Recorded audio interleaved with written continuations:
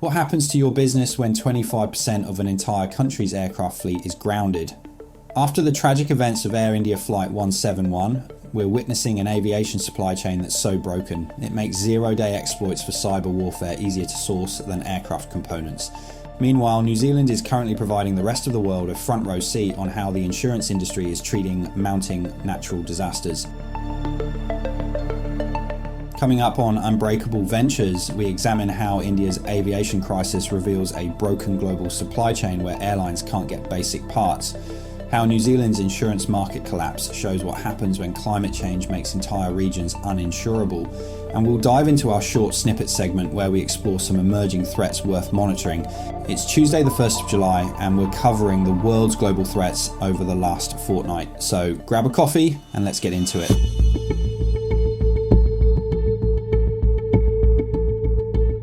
Welcome to Unbreakable Ventures. I'm Ollie Law and you are listening to our fortnightly risk update where we dive into emerging and current risks from around the world, focusing on some big stories and some you may have missed. We use the categories from the World Economic Forum's Global Risk Report to simplify the threats we're monitoring, but we also do some deep dives and interviews with industry peers.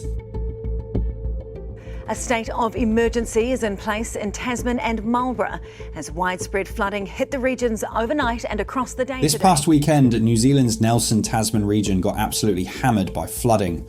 Roads closed, homes evacuated, and tragically, a fifth-generation hop farmer named Peter Lyons died trying to clear flood debris when a tree fell on him. But here's the thing, this wasn't just another weather event. This was another nail in the coffin of New Zealand's insurance market, and it's a preview of what's coming to insurance markets worldwide. The June 28th to 29th flooding in Nelson and Tasman displaced over 60 households and closed 47 local roads. Within days, insurance companies received 373 plus claims across home, business and motor policies.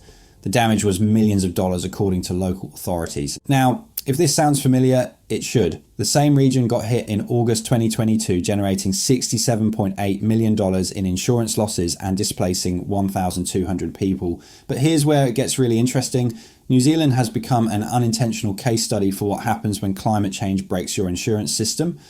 According to data from the Insurance Council of New Zealand, the country has seen insurance claims explode from an average of $17 million annually in the 1990s to $3.5 billion in 2023. Just from 2022 to 2023 alone, claims spiked 402%. That's not a typo. That is reality as we see it today. Cyclone Gabrielle in February 2023 changed everything. It became the costliest tropical cyclone in Southern Hemisphere history, generating $14.5 billion in total economic damage. The insurance industry paid out $3.5 billion across 112,000 claims nationwide. Hawke's Bay alone saw nearly $1 billion in insurance claims. But here's what makes this story globally relevant. New Zealand's experience is happening everywhere, just at different speeds. Swiss Re and Munich Re data shows global insured losses hit $140 billion in 2024, making it the third most expensive year since 1980. That follows consistent 5 to 7% annual growth that mirrors exactly what New Zealand experienced before their system started breaking.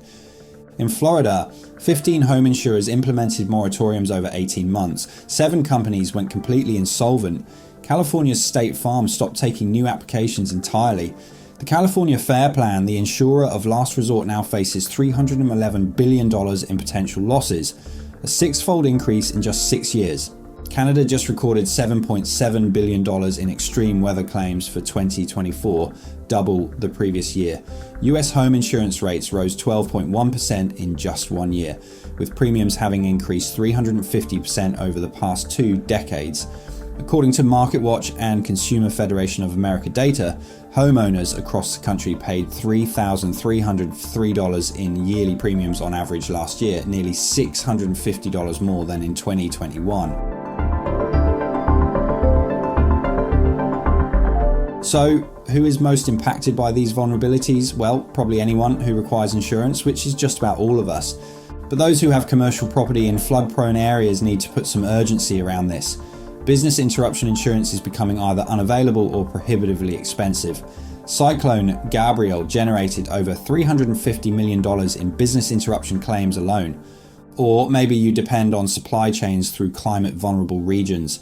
University of Maryland research found that late shipments rose 26 to 32% in European regions hit by flooding. One day of business interruption costs firms an average of 0.5% of annual revenue. It may also be those who are in agriculture or food production. Peter Lyons' death wasn't just tragic, it symbolises how small integrated agricultural communities bear the brunt of escalating climate risks. For example, hop farms in the Motueka Valley face severe crop and infrastructure damage from repeated flooding. Or do you operate in tourism or hospitality sectors? Because these industries face dual exposure through both property damage and customer access disruption when infrastructure fails.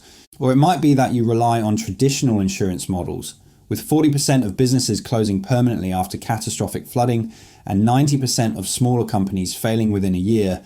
Unless they resume operations within 5 days, traditional insurance isn't enough anymore. Our team have looked at this in thorough detail for decades. In fact, the Christchurch earthquakes was a key milestone in our analysis of how business is so heavily impacted by underwriters. As a result, we have some high-level considerations you can take today. First, diversify your insurance approach. Don't rely solely on traditional coverage. Parametric insurance is projected to reach $34.4 billion by 2033. Companies like Flood Flash provide payouts within 48 to 72 hours when water depth triggers are reached, with 97% acceptance rates regardless of flood history. Implement property-level adaptations, elevate critical infrastructure, use flood-resistant design principles, and install certified temporary flood barriers. The investment is substantial, but research shows $10 million in prevention can prevent $100 million in damages. Build operational flexibility, create redundant power systems, protect data with off-site backup, and establish flexible working arrangements. The key is enabling business continuity from alternate locations when your primary site becomes inaccessible. Map your supply chain vulnerabilities, understand risks beyond immediate suppliers through multi-tier mapping. Geographic diversification reduces dependence on single region sourcing, while real-time monitoring enables rapid response to disruptions. Consider captive insurance structures. 90% of Fortune 500 companies now use captive insurance subsidiaries for customized risk management. These provide cost stabilization and coverage for risks unavailable in traditional markets. Invest in monitoring technology. IoT sensor networks provide real-time water level monitoring, while AI-powered platforms combine satellite observation with ground data for comprehensive flood analysis and predictive analytics. Plan for sustained cost increases. Premium escalation isn't temporary. With 18% annual increase caps on flood insurance, high-risk properties face multi-year cost escalation requiring long-term financial planning. New Zealand's transformation from manageable periodic events to systemic insurance market failure provides a roadmap for what's coming elsewhere. Address level risk pricing, where insurers price properties individually based on specific flood risk, is becoming standard globally, but it effectively prices many properties and businesses out of affordable coverage. The country's managed retreat framework offers templates for other jurisdictions. The Climate Adaptation Act, planned for 2026, will establish cost sharing between government and councils for flood protection, essentially admitting that market-based insurance can't handle climate risks alone. Here's the critical insight. Traditional insurance markets cannot address climate-related risks without substantial government intervention. New Zealand's public-private insurance model through their Natural Hazards Commission shows how countries can maintain some coverage, but even this system faces enormous strain. The research reveals 3 key patterns emerging globally. First, climate change creates systemic risks requiring coordinated responses across government, industry, and community levels. Second, insurance market mechanisms need public sector involvement and innovative risk transfer mechanisms to remain viable. Third, businesses in high-risk areas must implement comprehensive adaptation strategies that go far beyond traditional insurance. New Zealand's insurance crisis shows what happens when climate change breaks traditional risk models. The exponential growth in losses from $17 million annually in the 1990s to $3.5 billion in 2023 creates new realities for businesses worldwide. The insurance crisis isn't coming, it's here. The businesses that adapt now with parametric insurance, captive structures, and comprehensive continuity planning will be the ones that survive. Before we move on to our second threat update, we're sharing our new Unbreakable Ventures segment where we share quick-fire emerging threats we've picked up throughout the week. These will be noteworthy stories we think you should know about, but less detailed than our two core threats analysed. The US offensive cyber supply chain is fundamentally broken, according to explosive new research from the Atlantic Council. Despite White House rhetoric about being more aggressive with America's cyber capabilities, the infrastructure to support this simply doesn't exist. Big defense contractors are acting as bloated middlemen, marking up zero-day exploits by up to 1,000% while adding little value.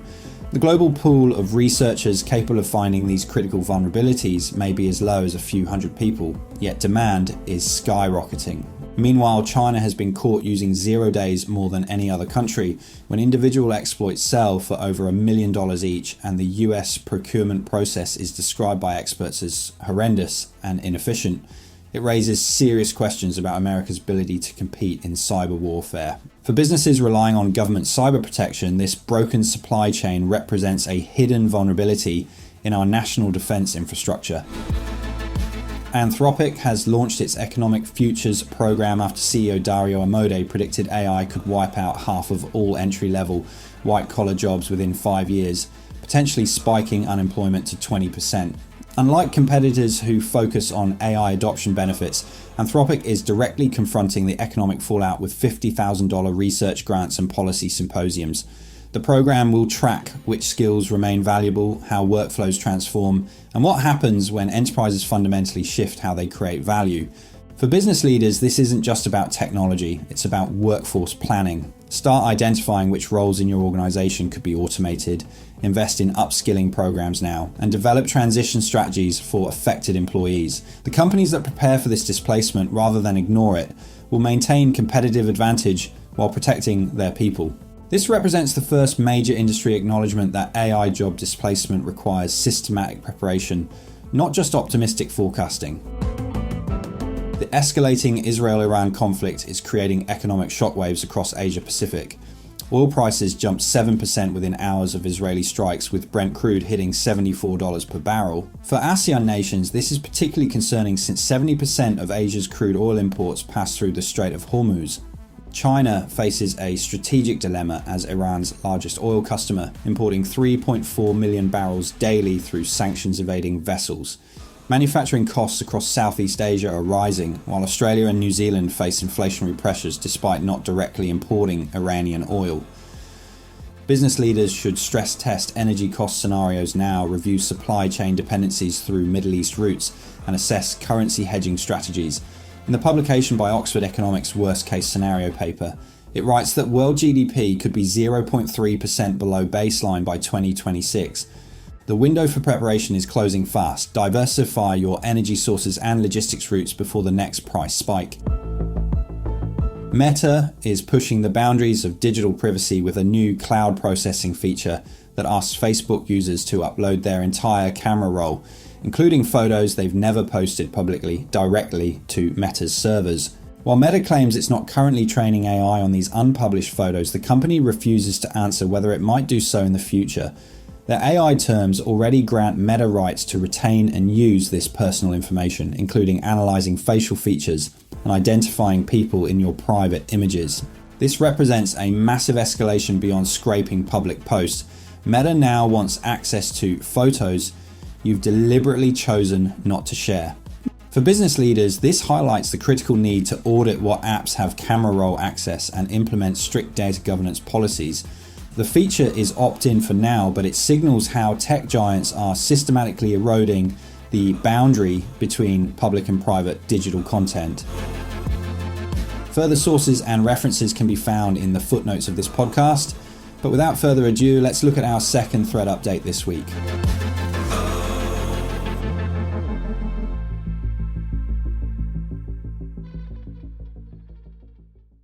These are the final moments of Air India Flight 171, a Boeing 787 Dreamliner with more than 200 people on board, struggling to stay in the air.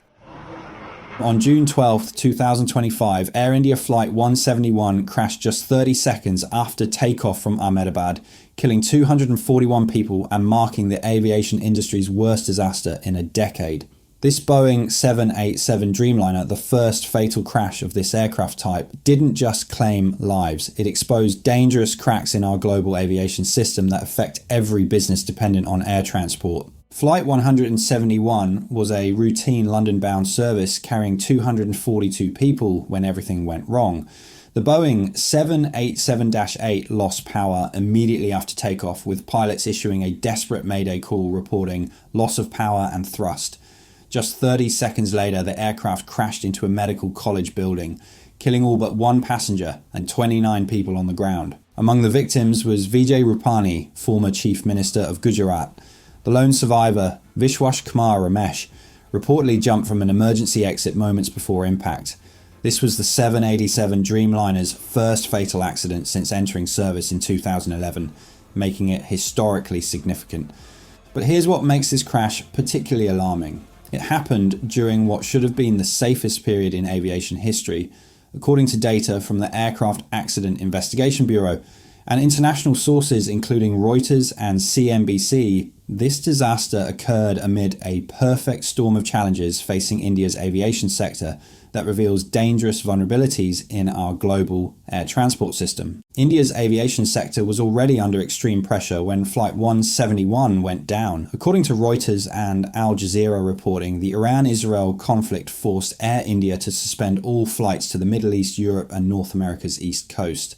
This wasn't just about avoiding war zones, it was about fundamental operational breakdown. Pakistan closed its airspace to Indian carriers following terror attacks, forcing over 800 weekly international flights into costly detours. Air India faces 5,000 crore rupees in annual losses just from these routing changes. That's about $600 million US. Industry-wide, these closures cost Indian aviation $800 million annually. But the real shock came from regulatory failures exposed after the crash. India's aviation regulator found systemic control failure and inadequate internal oversight at Air India. The airline was fined for pilot training violations and multiple aircraft were grounded due to maintenance issues. This pattern isn't unique to India. It reflects global aviation's dangerous drift toward cutting corners under financial pressure. Factory fires caused over 1,250 reported incidents in 2023 alone. Lead times for critical electrical components have doubled from 18 to 30 weeks. And here's the shocking reality. 160 aircraft remain grounded in India alone. That's 25% of the entire Indian carrier fleet due to parts shortages and maintenance delays. Globally, the average aircraft age has reached a record 14.8 years because new deliveries are running 9 months behind schedule and 30% below production targets. The Boeing 737 MAX crisis taught us how engineering compromises create cascading failures, but we've learned nothing. The same profit over safety mentality that caused those crashes is now creating system-wide vulnerabilities, over-reliance on single suppliers, just-in-time inventory systems with no crisis buffers, and regulatory capture are making aviation fundamentally less safe. COVID-19 exposed these weaknesses further. While the industry talks about recovery, business travel has permanently declined 15 to 25%. That revenue loss may force airlines to cut maintenance, training, and safety margins. According to Aviation Week and Federal Aviation Administration data, 94% of Fortune 1000 companies experience supply chain disruptions, but aviation's interconnected nature makes it particularly vulnerable to cascading failures. So, who does this concern the most? First, we must look at how your business might depend on aviation. If you're in the aviation supply chain, of course this impacts you. If you manufacture components, provide maintenance services, or work in aerospace, you're facing direct impact. Lead times have doubled, insurance costs are rising 30%, and regulatory scrutiny is intensifying globally. Or do you rely on just-in-time logistics? Manufacturing companies using air freight for time-sensitive components face massive disruption risks. Alternative routing adds 2 to 6 hours to journey times and significant costs. Do you operate across ASEAN Pacific routes? If so, regional hub disruptions cascade across multiple countries. Singapore, Bangkok, and Kuala Lumpur hub problems affect entire regional connectivity. Countries with 12% GDP dependence on tourism face severe economic impacts. Do you depend on business travel? With permanent 15 to 25% decline in business travel, companies relying on face-to-face client relationships must adapt operations fundamentally. But also, if you are in industries with critical air cargo needs, perishable goods, high-tech manufacturing, medical supplies, and e-commerce fulfillment face supply chain vulnerabilities when aviation networks fail. So, what are some preventative actions you can take now? Based on research from McKinsey, EY, and industry best practices, here are immediate steps to protect your business. Diversify your transportation methods. Don't rely solely on air freight. Develop multimodal logistics using sea, rail, and road transport. Companies with diversified transportation reduce supply chain disruption risk by 25 to 30%. Build inventory buffers. Move away from just-in-time inventory for critical components. Maintain 60 to 90-day buffers for essential supplies. This costs 10 to 15% more, but prevents catastrophic disruptions. Map your supply chain vulnerabilities. Identify Tier 3 and Tier 4 suppliers who depend on aviation. Many companies don't know their supply chains beyond direct suppliers, creating blind spots during aviation crises. Develop alternative supplier networks. Implement China Plus One strategies across different geographic regions. Consider suppliers in Mexico, India, Vietnam, and ASEAN countries to reduce single point of failure risks. Invest in supply chain visibility technology. AI-powered monitoring systems provide early warning of disruptions. Companies using predictive analytics reduce crisis response time by 40 to 50%. Review your insurance coverage. Assess political risk insurance, trade credit insurance, and supply chain interruption coverage. Aviation insurance costs are rising, but comprehensive coverage prevents larger losses. Establish crisis communication protocols. Create dedicated teams for aviation disruption response with clear escalation procedures and stakeholder communication plans. Air India Flight 171 was a tragic event, but any event of this scale must not be ignored. We must continue to analyse and focus on what is most impactful to our businesses and, most importantly, our people. That's it for today's update. If you need help navigating these threats or building a plan to protect your business, the same advisors who collate these insights are here to help. Head over to unbreakableventures.com to book a complimentary chat online with one of them. And if you found this resource useful, consider subscribing to Unbreakable Ventures or sharing the article with your network. After all, resilience is about community and communication. Until next time, stay curious, stay informed, stay safe. Unbreakable Ventures is brought to you by the Senior Advisory Team at Fixing, a boutique resilience advisory based in the Oceania, ASEAN and India regions. Special thanks to our sponsor and Europe's leading SaaS provider for resilience software, F24. Our resources are researched and published by industry specialists across New Zealand, Australia, Malaysia and the UK. This podcast provides advice and opinion on disaster recovery and the threat landscape. The content is not a substitute for expert guidance during a crisis. Unbreakable Ventures is trademarked by Fixing Consulting Partners, a Fixing Group company.